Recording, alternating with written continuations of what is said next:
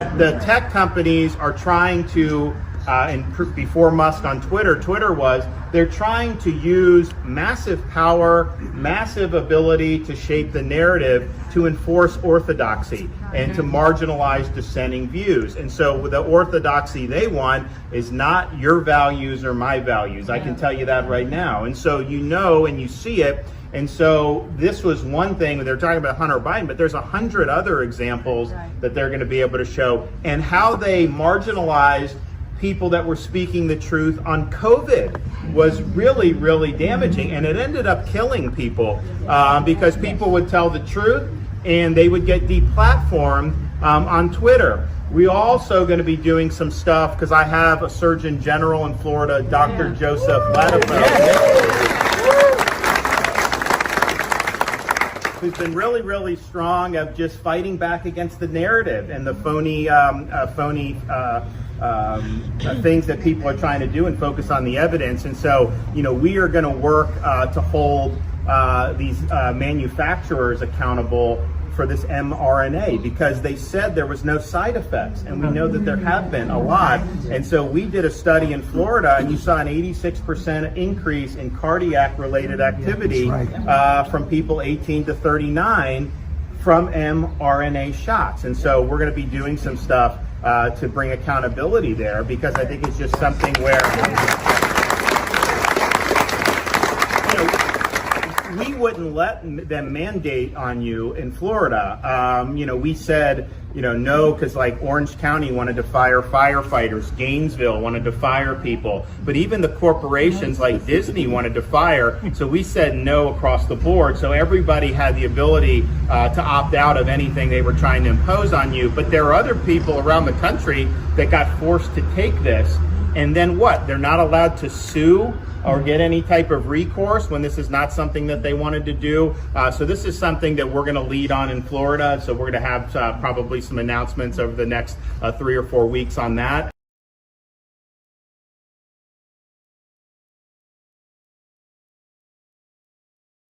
On Thursday, Governor Ron DeSantis declared he would oppose any mandatory COVID-19 vaccine shot for public school children. His pledge comes after the CDC's Advisory Committee on Immunization Practices recommended the COVID-19 vaccine's inclusion in the Vaccines for Children program. This has led to a conservative outcry that the CDC is trying to enforce mandatory vaccinations, even though states decide which vaccines are mandatory. DeSantis is currently running for a second term and has maintained a consistent lead on his Democratic challenger, former Governor Charlie Crist. DeSantis is a possible 2024 Republican presidential contender and consistently runs in second place to former President Trump. I also just want to say before I leave that there's been a lot of questions to our office about the CDC potentially adding COVID vaccine to the childhood immunization schedule. And I know a lot of parents are concerned about that, because if that's on the immunization schedule, the fear is that schools could potentially mandate your child to get a COVID shot, even if that's not something that you want to do. So I just want to let everyone be clear, as long as I'm around and as long as I'm kicking and screaming, there will be no COVID shot mandates for your kids. That is your decision. That is your decision to make as a parent. It's a free state. Parents can make the other decision if that's what they want. The important thing is that school districts are not mandating this choice. And so we will make sure that your freedom to make those decisions on behalf of your kids remains intact in the state of Florida.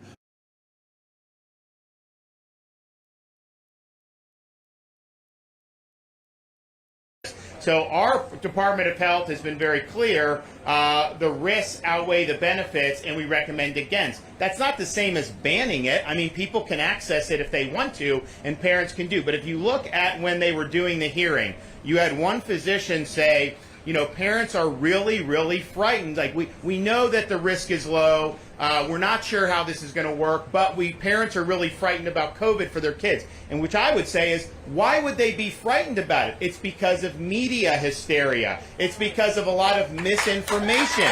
That's why they're scared. But to do an emergency use for a 6-month-old or a 1-year-old, simply to placate anxiety. That's not the standard when you're doing this. The standard is this something that's safe and effective? And then, very importantly, for recommendations, does the benefit outweigh the risk? And so that's what you're looking at doing. But the state of Florida has had the recommendation from 5 and up for a while. We were the first state to do that. And now from the 6 month to 5, the state's recommendation holds. It's a recommendation against doing it. That's different than saying you can't. You are free to choose. That's not an issue. But I'd also say, just apart from how you recommend it, we were distributing this when it first came out because a lot of people wanted it and there wasn't enough supply. Well, there's a surplus of this. Doctors can get it, hospitals can get it, but there's not going to be any state programs that are going to be trying to, get COVID jabs to infants and toddlers and newborns. That's not something that we think is appropriate, and so that's not where we're going to be utilizing our resources in that regard.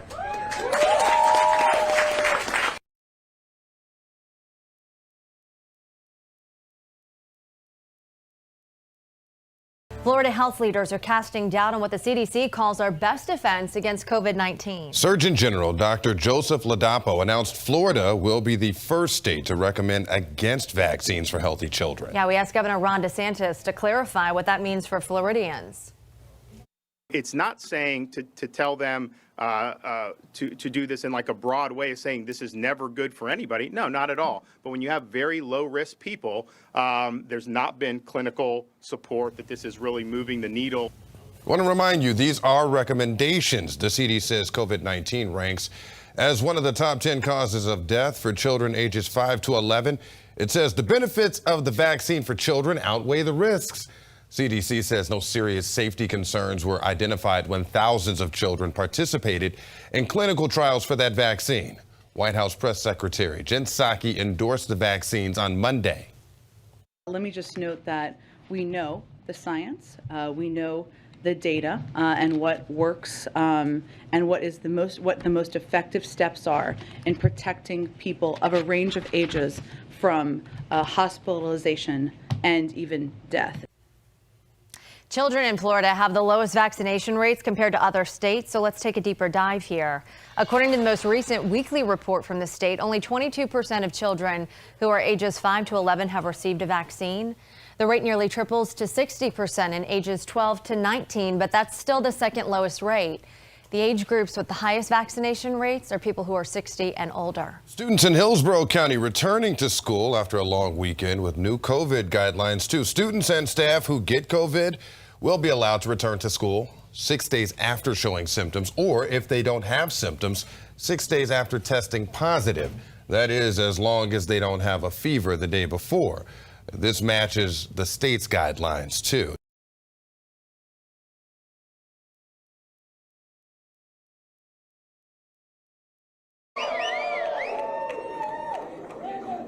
Well, we're really excited to be here, especially because when I signed this legislation today, we hear so much about all these things, mandates, restrictions, tearing people down.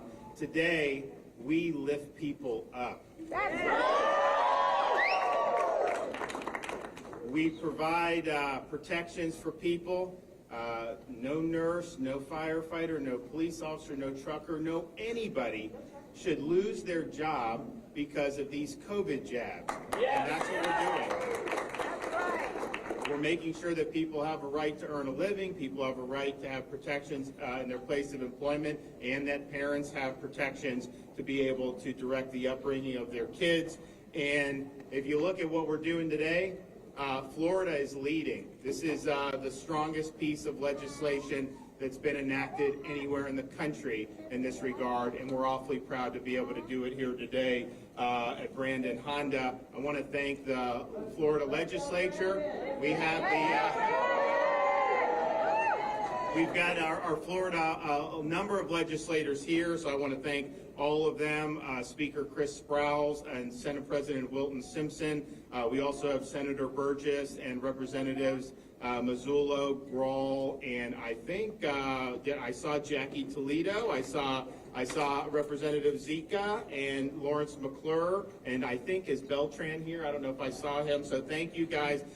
People were saying, I mean, Montana had done something, Tennessee had done something, and people were saying that this was not something that was going to end up happening, and they understood what was going on. You know, I made the call to say we got to do this now because people are actually losing their jobs right now if we don't do these protections. So we needed to do that, and they stepped up, and I think it's something that's going to make a big, big difference for an awful lot of people. We are respecting people's individual freedom in this state, and that is something that's very, very important.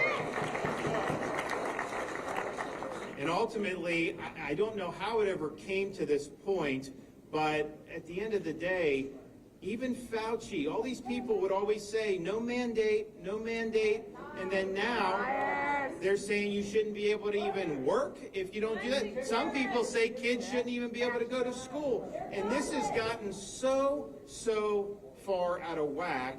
And so Florida, from the very beginning, you know, when they were bugging us, all they wanted to do was lock down, we were opening the state, keeping the state open, keeping businesses open.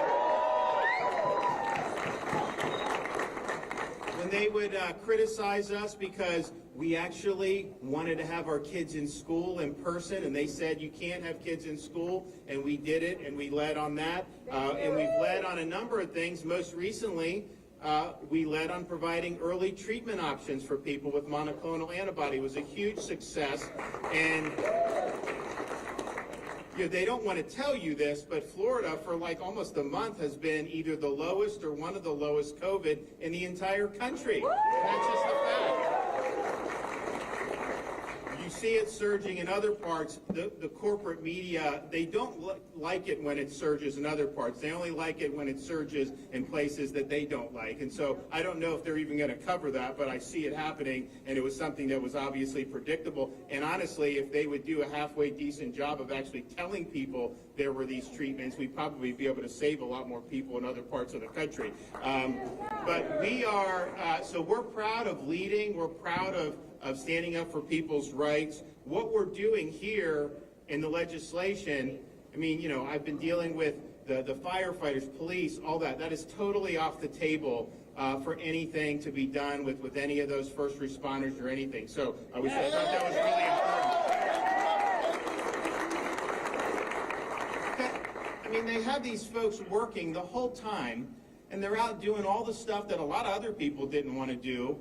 Many of them have already had COVID in the process, and now they're being told that they may, you know, have to have their walking papers. So that's just fundamentally wrong, and we will be able to do it. We recognize, unlike what you see going on with some of the federal proposed mandates, other states, is we're actually doing a science-based approach. For example, we recognize people that have natural immunity.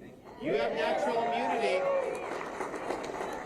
You have natural immunity. Whatever a private employer wants to do, you're automatically exempt because of natural immunity. And I think that that's very, very important. It's also important to just look at, people say you need to mandate, right? They're justifying these mandates, but we know, and the data is very clear at this point, COVID vaccines are not preventing infection, okay? It's just not.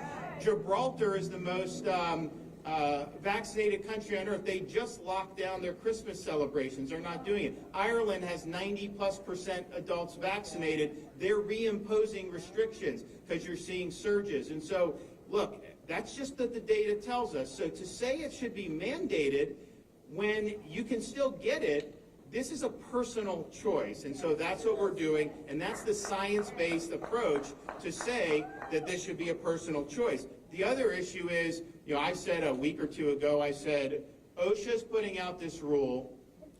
They're going to say that whatever you need to do, but they're going to move the goalposts, and they're going to say, if you don't have a booster by a certain date, then you're unvaccinated, you could lose your job. People tried to say, oh, you know, that's not what they said. Well, now even Fauci is saying he wants the boosters to count. New Mexico said, unless you do the boosters, they're going to consider you unvaccinated. So we reject that approach. That approach would upend.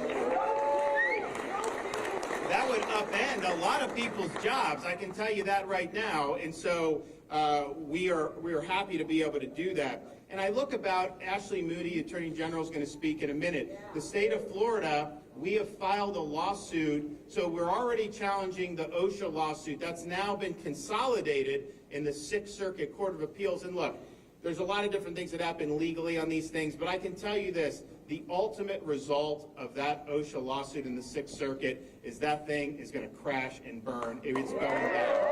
That's for sure. And I'll be willing to put a lot of money on that. So we have that. But we're also, Florida, we're challenging the mandate on federal contractors. You're going to have a lot of people lose their jobs as federal contractors in January. So we have that we're doing, and that's in Tampa in federal district court, and we think that we're going to be successful there. What the state of Florida has done under Attorney General Moody's leadership is also file suit in Pensacola challenging HHS's nurse and doctor mandate for hospitals. What they're saying is you have to force every nurse and everybody to do COVID jabs, or you lose Medicare, Medicaid, all the funding, and obviously they wouldn't be able to work if that were the case, and the institutions would collapse. And so we think that that's illegal. We think it's unconstitutional. But here's what really bugs me about this one. When you talk about nurses and stuff, the whole reason they launched 15 days to slow the spread, the whole reason the U.S. went down the road that a lot of other places are still trying to pull out of, is because they didn't want the hospitals to be overrun. That was the reason they did it. And so you had to make sure you preserve hospital capacity. So that's what they said then. Now they're going to do this mandate, and some nurses, many nurses, could lose their job. So you're actually making the hospitals short-staffed as a result of the mandate. So how does this make any sense when you say you're trying to preserve? This is about power. This is about control. That's what they're doing, because it makes absolutely no sense to be able to do this when you're talking about what would actually make sense for people. And so we're very happy to be able to say that we are fighting that as well. And I said from the very beginning of this, you needed a legal response, but you also needed a legislative response. So today, we signed into law the legislative response, and the legal response is ongoing, and we're going to continue to do that. So I really want to thank everyone for being a part of this. It's, I didn't think we had any time to waste. I mean, at the end of the day, we're going to have a regular legislative session starting in the middle of January. But I was looking at all these deadlines. You could have thousands and thousands of people lose their jobs by then. So I thought we needed to come in special session. They were able to do it.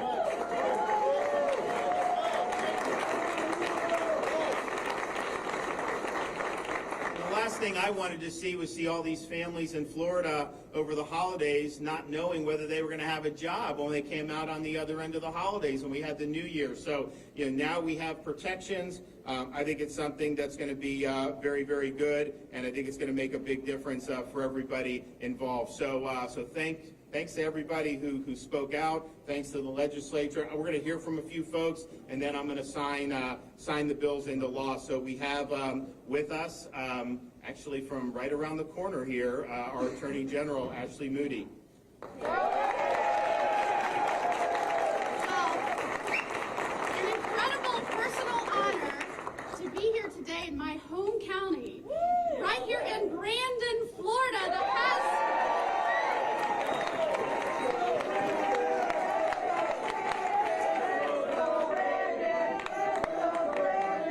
Governor DeSantis, because of your leadership, the leadership of our legislature president, Simpson, Speaker Sprouse, Brandon, Florida, has become the shining city on the hill, representing freedom. Let me just say, as the Attorney General, I am so honored to work alongside this great governor who, throughout this pandemic, when wanting to protect our citizens and the sovereignty of this state, always did so with a lens of how we can also protect the freedom and autonomy of our citizens. So important. And as this administration, we have seen time and time again make ill-informed, misguided, senseless policy decisions, and then force those policy decisions on Americans, in this instance, the majority of the American workforce. We have pushed back. When President Biden said, I know it's unlawful, I'm sure I'll be challenged in court, bring it on, we brought it. And we will continue to do so. I I'm so pleased that Florida and other states that have challenged the OSHA rule have seen success. We have gotten a stay in that, and today we announced that Florida has filed a lawsuit against the Centers for Medicaid and Medicare, which has required all Florida healthcare professionals to be mandated regardless of even if you are tending to patients. We know in our rural counties in Florida, we are seeing devastating losses of healthcare professionals already. This will decimate our ability to provide needed, crucial, vital health care to Floridians. And so I am proud to again stand with our great Florida leaders like Governor DeSantis and take formal legal action to protect Florida workers. But I also personally would demand that this president and his administration look at the data, make decisions that are based on the welfare and individual circumstances and freedom of our citizens, and not on some radical, extremist, liberal agenda that they keep imposing on the American people. Thank you so much, Governor DeSantis, for your leadership. Okay, we have the Surgeon General of the state of Florida, Dr. Joe Ladapo.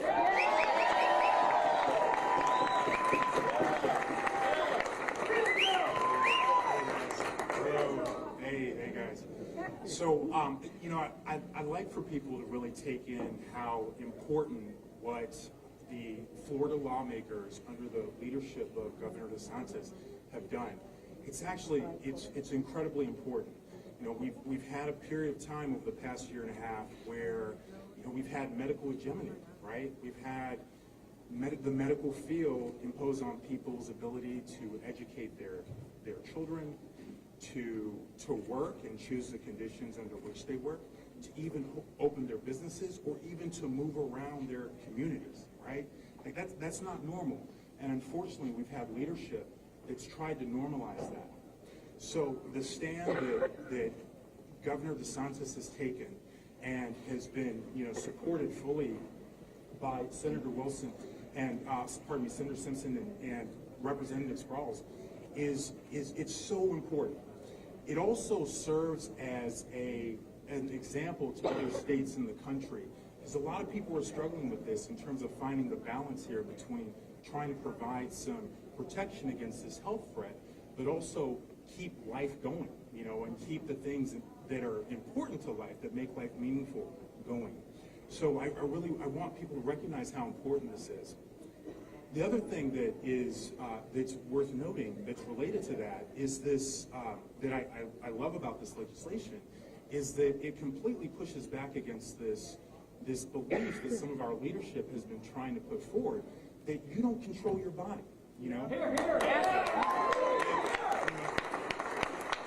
that your body belongs to Dr. Fauci, right? And he gets to decide what you do with your body, what you put on your face, what your kids get to do, and that this is part of what's been attempted to be normalized over the past year and a half. It's completely wrong. Yep. It is spiritual warfare. It's completely wrong. And and this is another wonderful thing about this legislation is that it stands against that.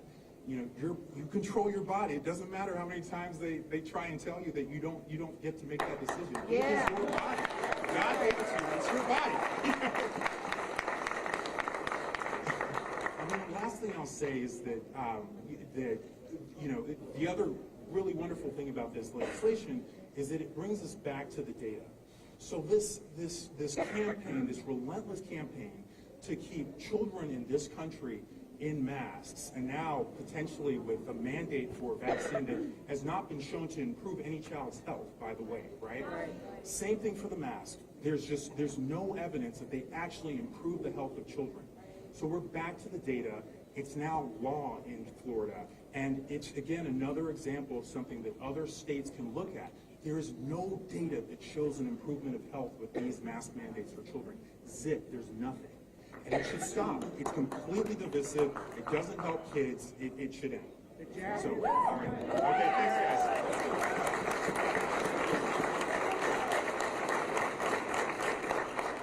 Okay, we have Senate President Wilton Simpson.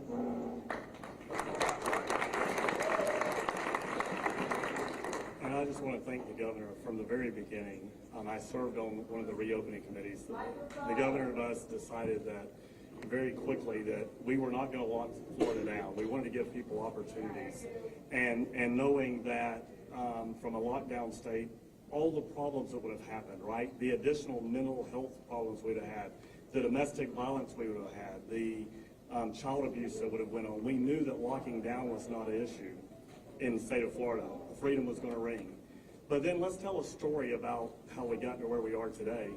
If you go back to April and May and June of 2020, we were in a situation where our healthcare and frontline providers were putting their lives on the line every day prior to there being a vaccine, prior to there being monoclonal antibodies, prior to there being the antivirals that we have today.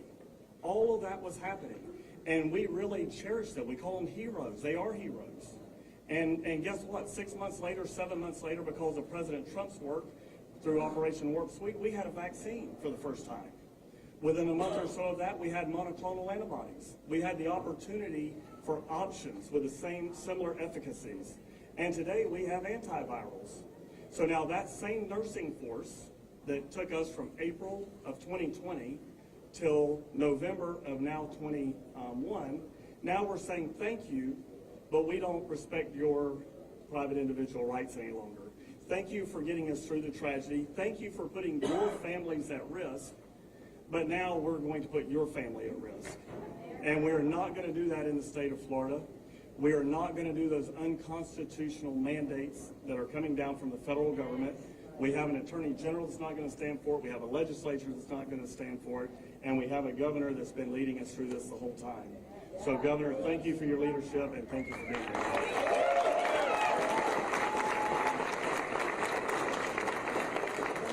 Okay, we have the Speaker of the House, Chris Sprowls. Thank you, everybody. Who's ready to see the governor sign the Florida Freedom Agenda? Who's ready for that? We have the boldest governor in America who's not only kept us open during the pandemic, who got our kids back into school, but today will send a clear message to the Biden administration and the federal government that Florida stands for freedom. We're blessed to have Governor DeSantis. We are blessed to have the most aggressive attorney general in America who is fighting in court against the Biden administration to protect the livelihoods of not just Floridians, but for people across the country. Thank you. We have legislators behind me, the boldest and most conservative legislature in America, the Florida legislature, who has put on the governor's desk the most aggressive bill in the country to protect people's jobs from illegal mandates and unconstitutional mandates, to protect employers from the heavy hand of government, and to protect our individual freedoms to govern ourselves as we see fit as Floridians. I want to thank a couple of legislators in particular, Representative Aaron Grawl and Representative Masulo, who carried the big bill dealing with our freedom agenda, are here today. Representative Zika, whose bill calls for us to pull out of OSHA altogether and to say we don't want their regulation anymore.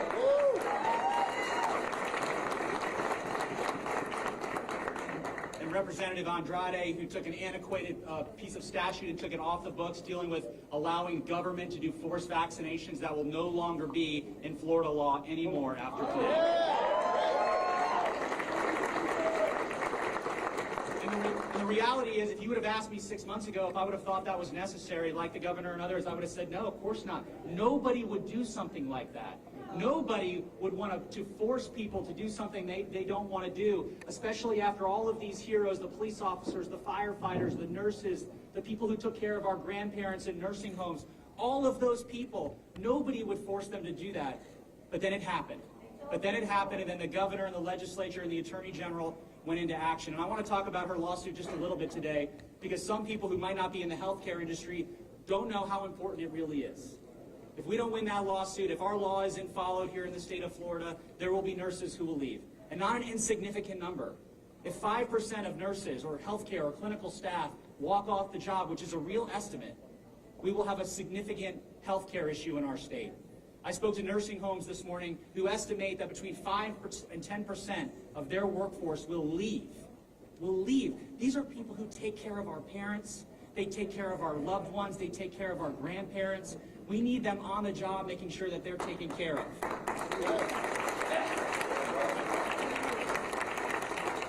General, we stand with you. We've included, of course, money in the budget to make sure that you have everything you need to do the job necessary to protect those people. But what the Biden administration has done is wrong.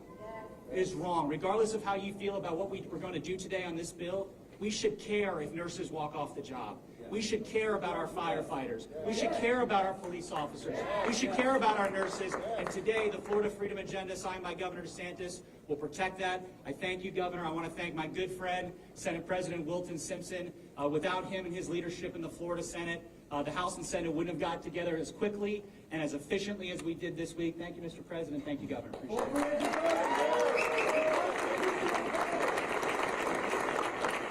Okay, now we have some other folks that are going to come up and talk about their situations. Maria Bernard, where are you?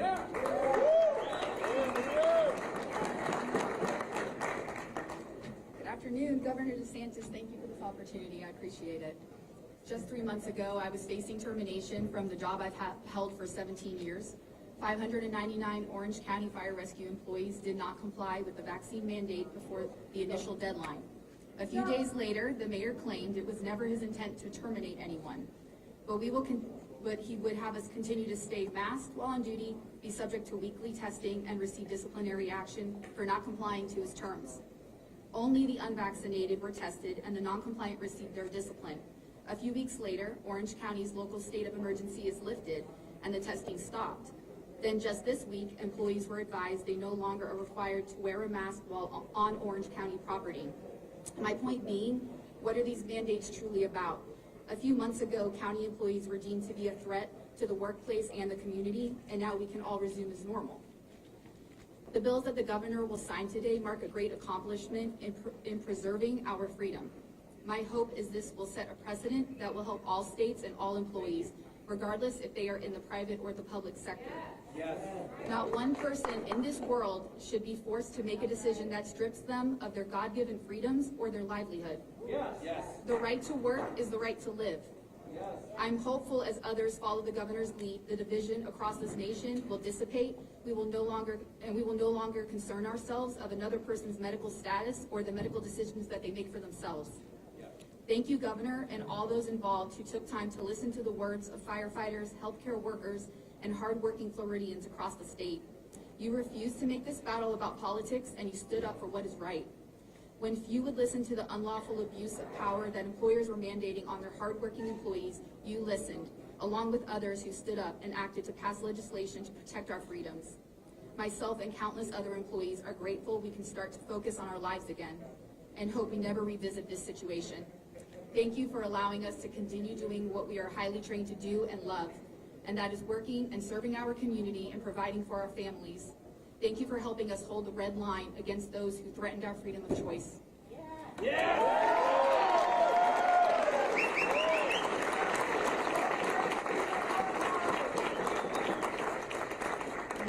With some of these people obviously we've never mandated masks from the state of Florida, and obviously wouldn't do that. I mean, it's a personal decision, but it's I'll go into some of these places in Florida. Unfortunately, a lot of places are doing very well. I'll be in a big resort ballroom. There'll be 1,500 people all having fun, nobody wearing masks, and then they make the staff wear these masks the whole time.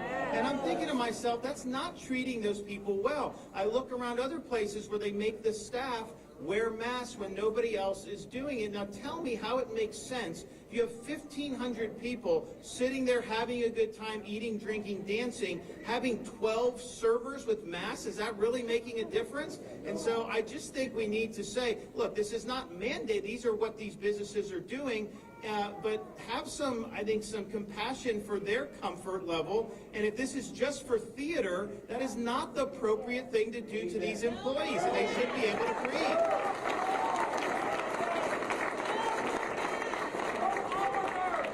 All right, we have next speaker, Dr. Jeffrey Beard.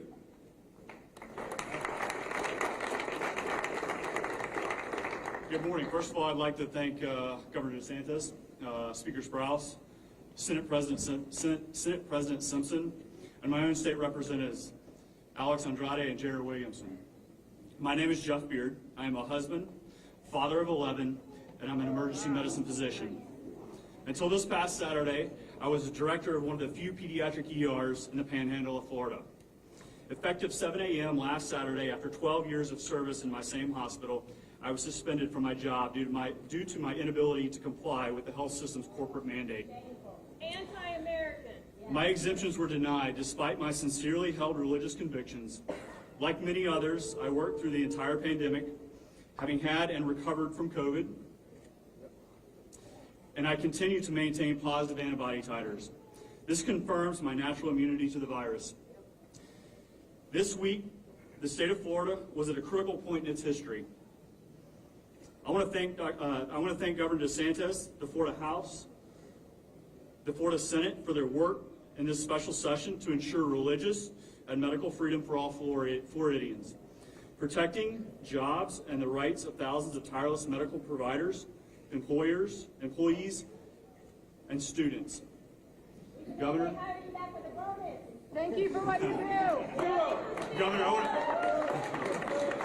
I want to get back to the job that I love to do. Thank you, sir.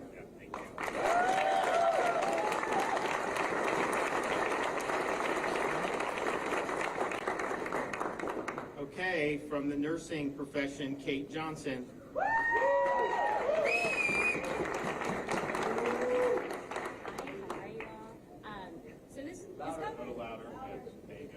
This conversation was never really about if you were anti-vaccine. It's about being pro-freedom and anti-mandate. I am a nurse. I am a wife. I am a mother. I have a 1-year-old running around somewhere, and I'm expecting my second. But nursing for me is more than just a job. It's how I've provided for my family for the last 10 years. But more than that, it's a calling.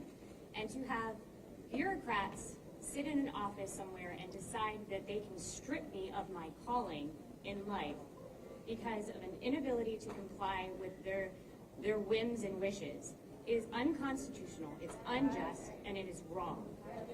And I'm very proud that I was able to stand with Governor DeSantis when he initiated this process, and I'm even more proud to stand with him today as he signs this bill into law.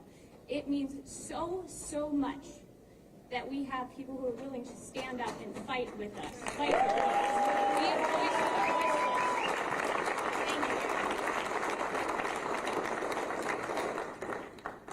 Okay, and last, saving the best for last, we have Fiona Lachelles. Where is she? You gonna get up here? Okay.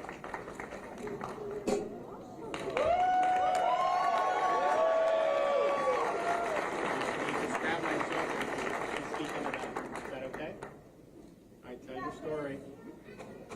Tell them who you are and why you're here. Hi, I am Fiona Lachelles. Tell them what grade you're in. And I'm in 2nd grade. And why did you, when you and I met, what did you tell me about going to school?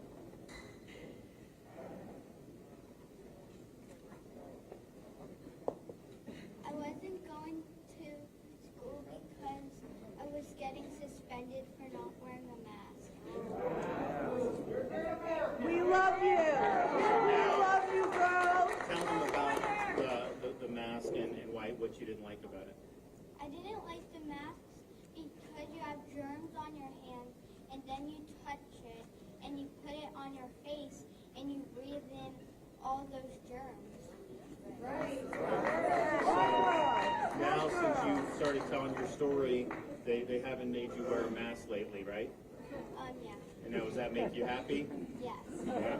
Your classmates like not having to do it too? Okay. Well, so she got things done. I mean, I'll tell you what.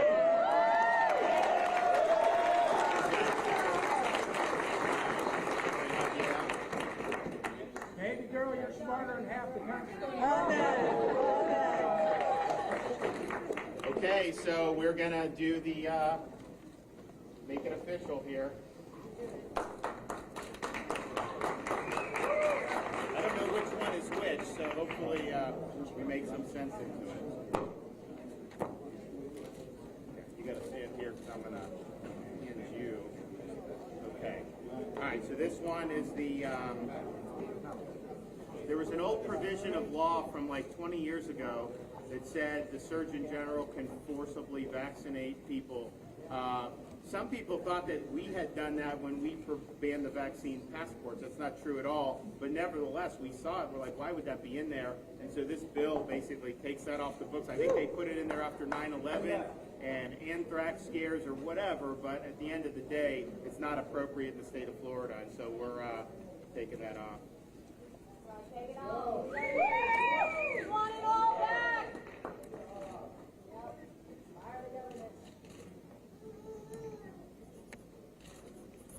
Okay. Who wants this one? Who did this bill? Okay, was he here? Okay, well, who wants one? I do. All right, so that's one. Important for sure, but Joe Latipo is not going to forcibly stick anybody, so don't worry about that. All right, here's the OSHA plan. So we're going to do that.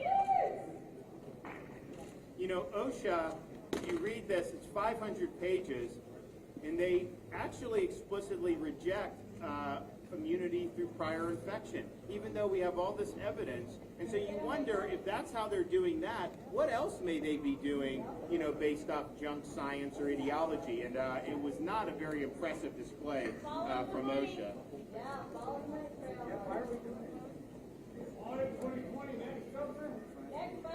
All right, so we got that one. So those are that. Thank you, Chris. All right, who wants these? Thank you, Chris. Thank you, Anthony Sabatini. All right, so here is the big enchilada against the mandates.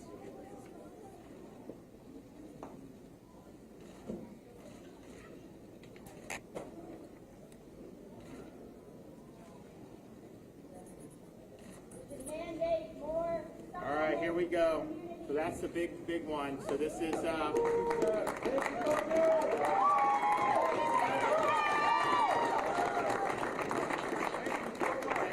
jobs right here. Okay, and you should have one of those. That's a big Chris. Okay, I got two more. All right, we got one more.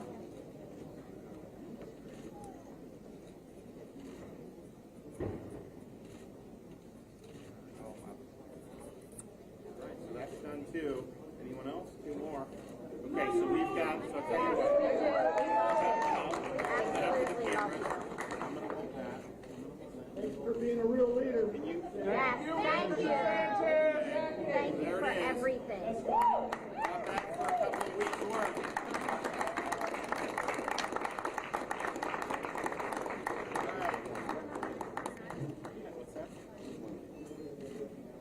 Oh.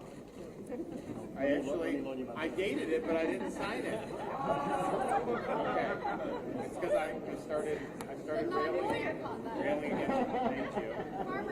All right, right here. There you go. It's in the books.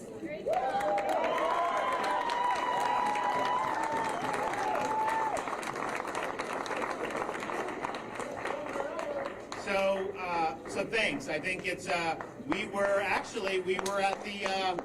the airport in was it Tampa or the Clearwater Airport when we did the initial one? Was it Clearwater? It was the Clearwater Airport, and we had a lot of great. We had some of the firefighters with us. We had people from the airlines, everything. And this was just after they had announced, you know, they published the OSHA, they were going to do it.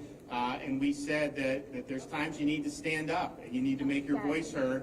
And we had the ability to do it. So from the time we did that, you know, that was just a few weeks ago, to be able to get these bills, get it through the legislature, and now sign it into law.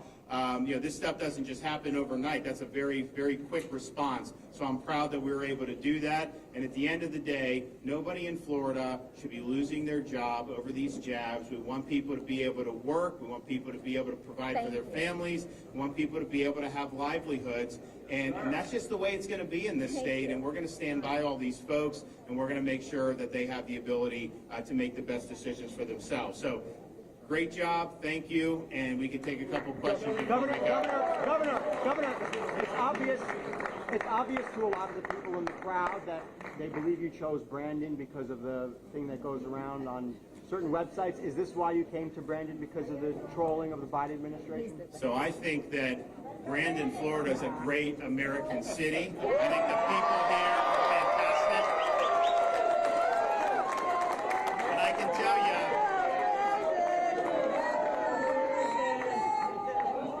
my only negative on Brandon was when I was growing up playing baseball, they always used to beat us every year. But now I think, as governor, I'm really proud to be able to do it. I want to thank Brandon Honda for hosting us here today.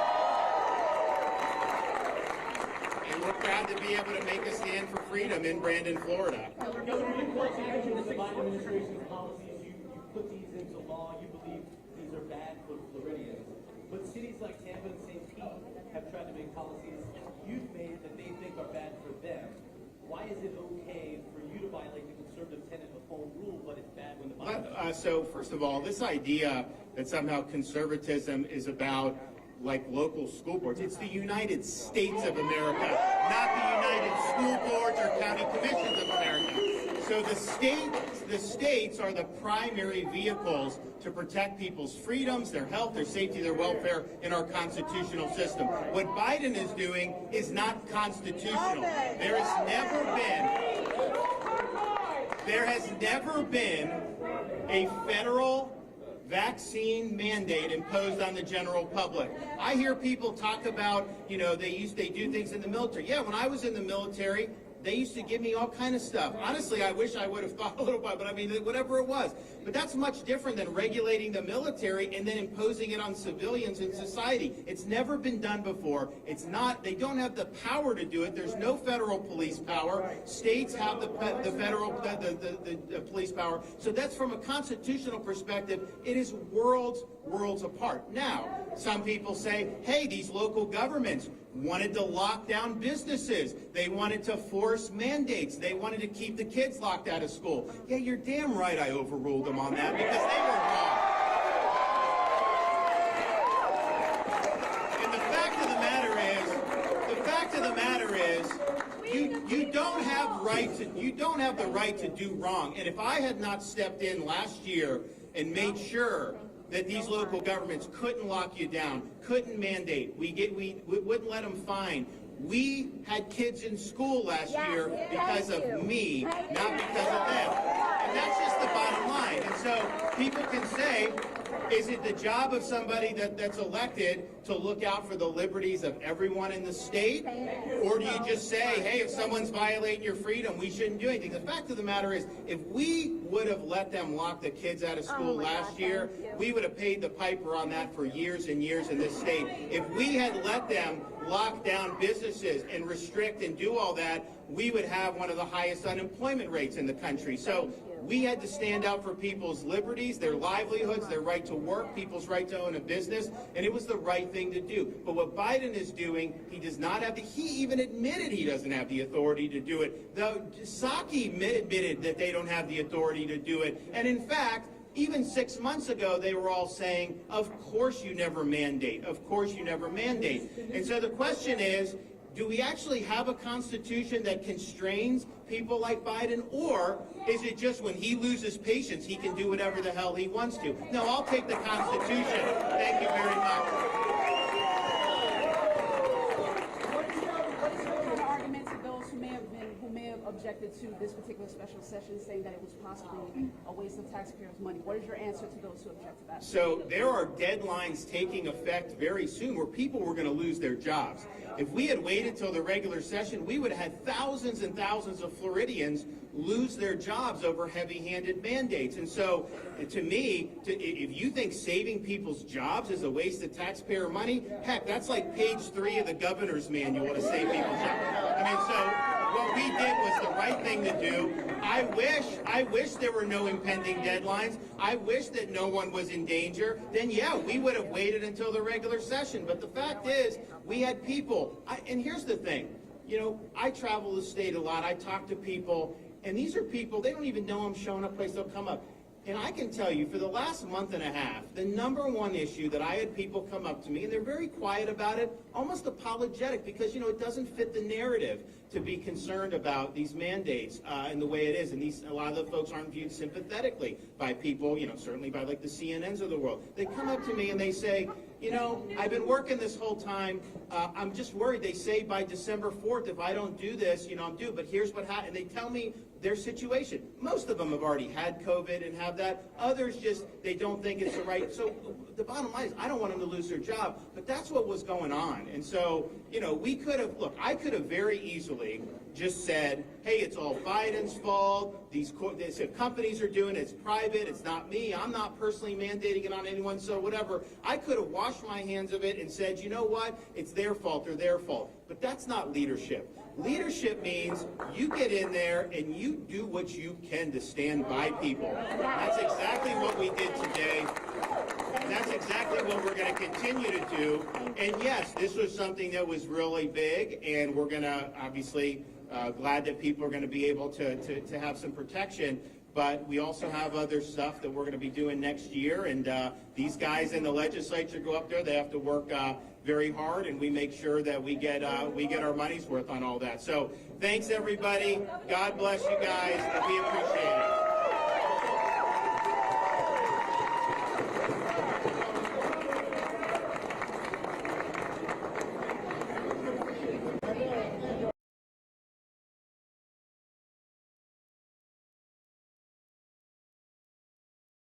I thank Ascension Sacred Heart Hospital for hosting us here today in Pensacola. Also want to recognize a couple of our dignitaries. We have State Senator Doug Broxson. Doug, where are you here? Are you in the room yet? He's on his way. And we also have State Representative Salzman. Thank you for coming. Is she in the room yet? Oh, there she is. Thank you so much. Congratulations on getting elected. We want today. We're going to be doing some vaccinations. We have the Moderna vaccine that arrived here in Pensacola, I think, on Monday. And as you see, when you were out there, they were hard at work vaccinating staff. They're vaccinating a lot of people, and they think they can even do more. So the efficiency is great, and obviously the more people we get, the better off we're going to be. So we'll be doing that in a second. All 367,000 doses have arrived at over 170 hospitals over the last couple days. And of course, we had 5 major hospital systems the previous week receive some of the initial doses of the Pfizer vaccine. They were getting additional Pfizer this week. We also were able to do 20,000 doses for the state strike teams. So we did over 100 long-term care facilities in 6 days in Pinellas and Broward counties because there was a high concentration of those facilities.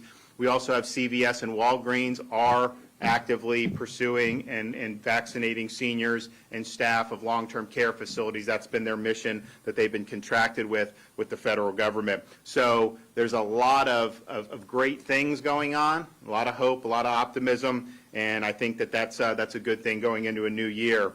I want to make an important announcement here today. This morning, I'll be signing an executive order that makes it clear our seniors are going to be the first priority in the general community to receive the COVID vaccine. As you know, we focused the initial week and then now into this week with the hospitals on long-term care residents, staff of long-term care facilities, and the frontline healthcare workers, doctors, nurses who are dealing with coronavirus patients day in and day out. But I said at the beginning, once we're able to do that with those initial doses, we want to work to get this out to our senior population. We think that that's very, very important for reducing mortality, reducing the number of people that need to be hospitalized for COVID-19. So the question is, and we made clear the reason why we did this, even though this was our initial guidance, is because the CDC had an advisory committee that actually initially recommended seniors not even be next in line, that you do essential workers, many of whom are very young, many of whom do not have significant health problems.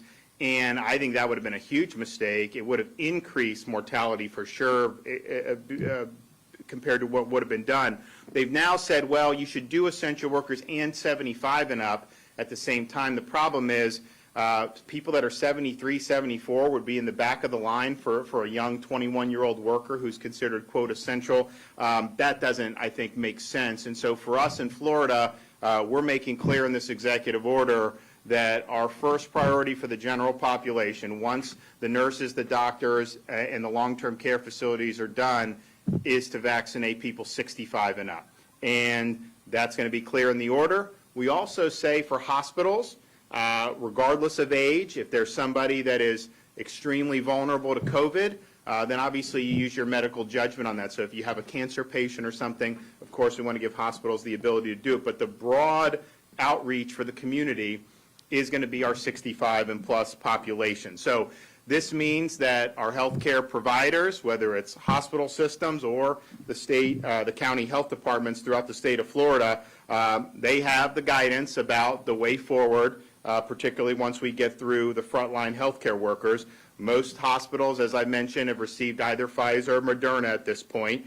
And once a hospital completes the mission with vaccinating frontline workers, they can immediately turn their attention to individuals 65 years and older, as well as I mentioned some of those folks that they may be hospitalized for really serious conditions and are extremely vulnerable to COVID-19. In addition to hospitals, our county health departments are beginning to receive a small amount of the vaccine, and they will begin administering the vaccine to individuals 65 and older as early as this coming Monday. And we'll have more information on that as we get closer. Now here is what we have to tell people. We don't have enough vaccine to do everyone 65 and older in Florida at this moment. We have over 4 million people in that age group. We have vaccine doses that are in the hundreds of thousands over and above eventually once we get through the long-term care and the nurses. And so we're going to continue to get vaccine every week, and we obviously are going to want to really make that available. But I would just caution folks who are in that 65 and older, don't rush to your local hospital or county health department. Right now, you're going to have an opportunity to sign up, I think in very short order. We are going to be getting it to the county health departments, but it is going to be a relatively limited supply. So just say bear with us. Our priority is the elderly population. If we have enough vaccine, we'll get it out. As we continue to get more and more, we can make it broader and broader. But the bottom line is the state of Florida is prioritizing our COVID-19 vaccine for our seniors. They will have priority over ordinary workers who are under 65, and I think that that's the appropriate way to do. But I'd also like to underscore a lot of the progress that's been made. Just last week, we had to limit the Pfizer vaccine to 5 pilot hospitals who had the ultra-cold storage capability. It's -70-degree requirement to store the Pfizer. And while I directed these hospitals to give neighboring hospitals their excess vaccine, there were still many areas of the state that did not quite have access. For example, here in Northwest Florida, once the 367,000 doses of Moderna arrived, that has all changed, and because the Moderna vaccine does not require ultra-cold storage, we were able to send the vaccine to 173 different hospitals throughout the state of Florida. And now, after a little over a week, we were the first state in the nation to begin vaccinating residents of long-term care facilities, and we're up to, I think as of this morning's report, close to 70,000 shots have been administered in the state of Florida in roughly a little over a week's time. So it's been, when I was here last, I guess over the summer, I mean, when we first started this, I remember working with Sacred Heart to just try to get people to have a test in March and April. It was like there were no tests available. Built up a big infrastructure on that. I remember when they started to have therapeutics come online like remdesivir. We made sure that the hospitals had that. We have had good reports on the latest monoclonal antibody treatments, and they're using it here at Sacred Heart. There's been reports nationally about hospitals not using it, that they don't have the facilities or they just don't have the wherewithal to do it. I can tell you, the hospitals I'm talking to in Florida, they've embraced it. They're using it, and I think the results have been very, very positive for high-risk patients who get infected with COVID-19. So that has been great. But this, I think, is really a great step for us in this. I think it gives a lot of people a lot of hope. We're going to continue to get hundreds of thousands of doses of this every week for the foreseeable future. We also think, and by February, we'll probably have access to the Johnson & Johnson vaccine if the data on that ends up being solid and it gets an emergency use authorization by the FDA. That will be one shot, normal refrigeration, and produced at a pretty large scale. So we're looking at every week, I think, being able to make a lot of progress.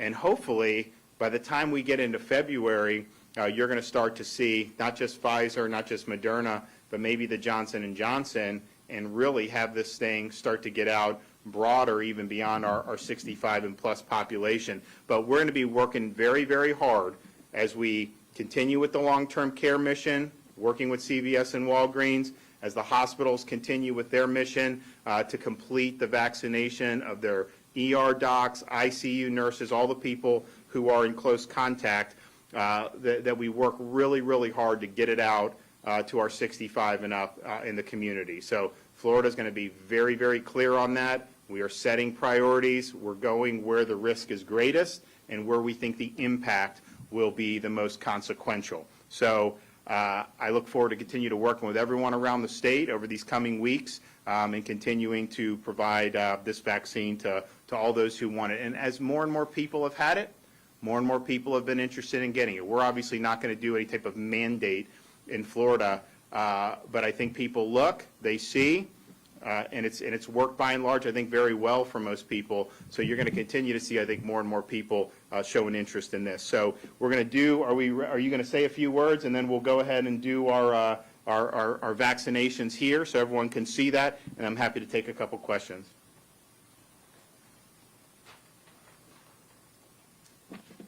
So first, I want to tell you, Governor, thank you. Thank you for your leadership.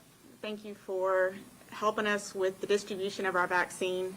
We are so grateful here in Ascension Gulf Coast to be able to receive the Moderna vaccine here in our Pensacola market on Monday. We received it at 9:30 and was vaccinating at noon.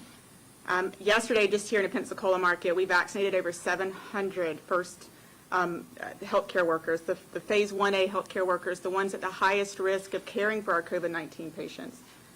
Within our Ascension Gulf Coast market, every single hospital we have has the vaccine. We are vaccinating actively today.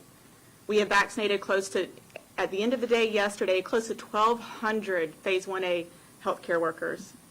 The emotion is extremely high. I mean, it is the most exciting work we've ever been able to provide here within our ministry market, within our Florida market. It's, I have to say, like we've heard many words, today's the day healthcare goes on offense. We have been on defense for so long. We have worked tremendous hours. We have lost friends. We have lost patients. It's been tough. But over the last 24 hours, thanks to you, Governor, and in your leadership and our Ascension Gulf Coast Ministry leadership, we're on the offense. We're fighting back.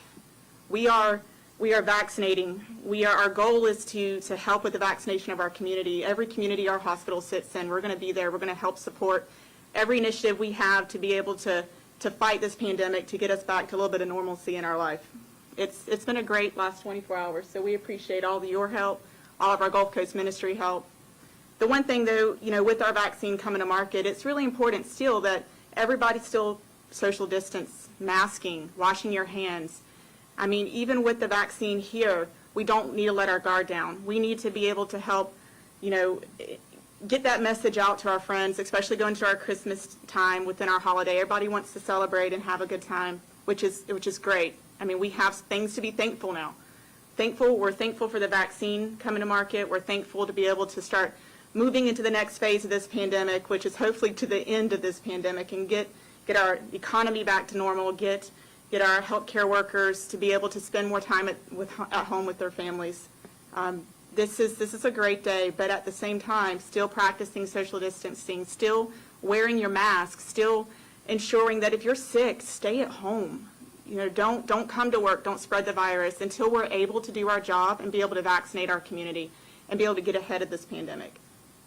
Thank you so much, Governor. Okay, who do we got coming over here? You want to introduce yourself and then just let them know? Governor. My name is J.C. Crenshaw, and I've been here at Sacred Heart for 8.5 years. I'm Senior Director of Support Services. Awesome.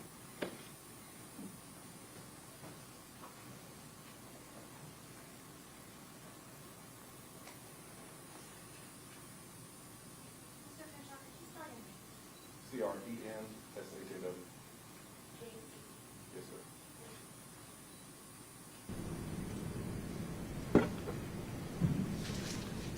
And you're from Florida originally? Born already. Okay.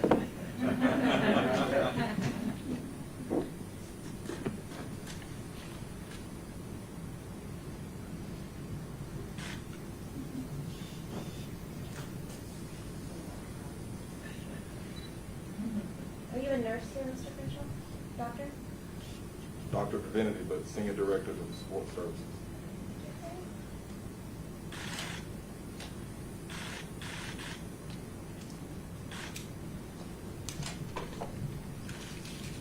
Good to go? How was it? It was good. All right. Thanks for doing it. We appreciate it. Yep.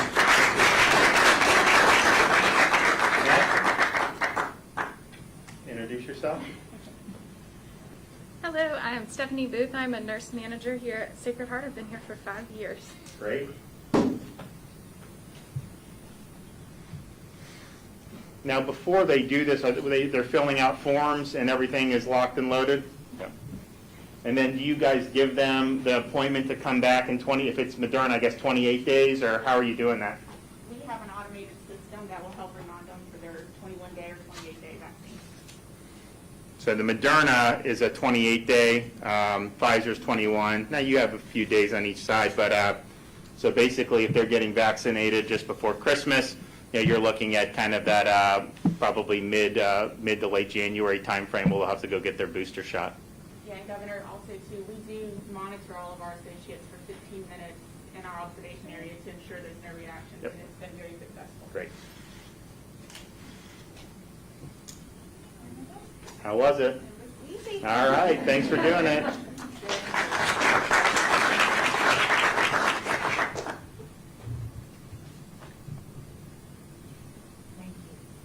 Good morning. Good morning. Morning. My name is Diane Truong. I'm a physician, neonatologist. I take care of little babies in the neonatal ICU.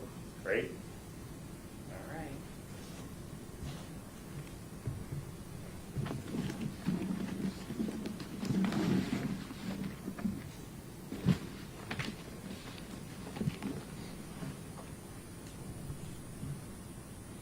Could you spell your first and last name? First name is Diane, G-I-A-N-G. Last name T-R-U-O-N-G. Thank you.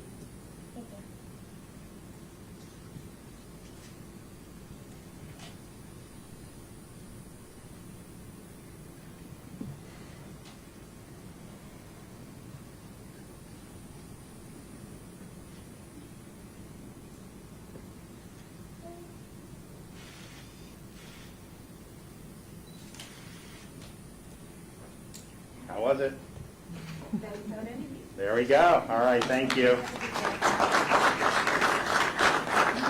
So you see, quick and easy. They go in, they get it, and then they're out. And obviously there's going to be the 15-minute observation period, which obviously makes sense.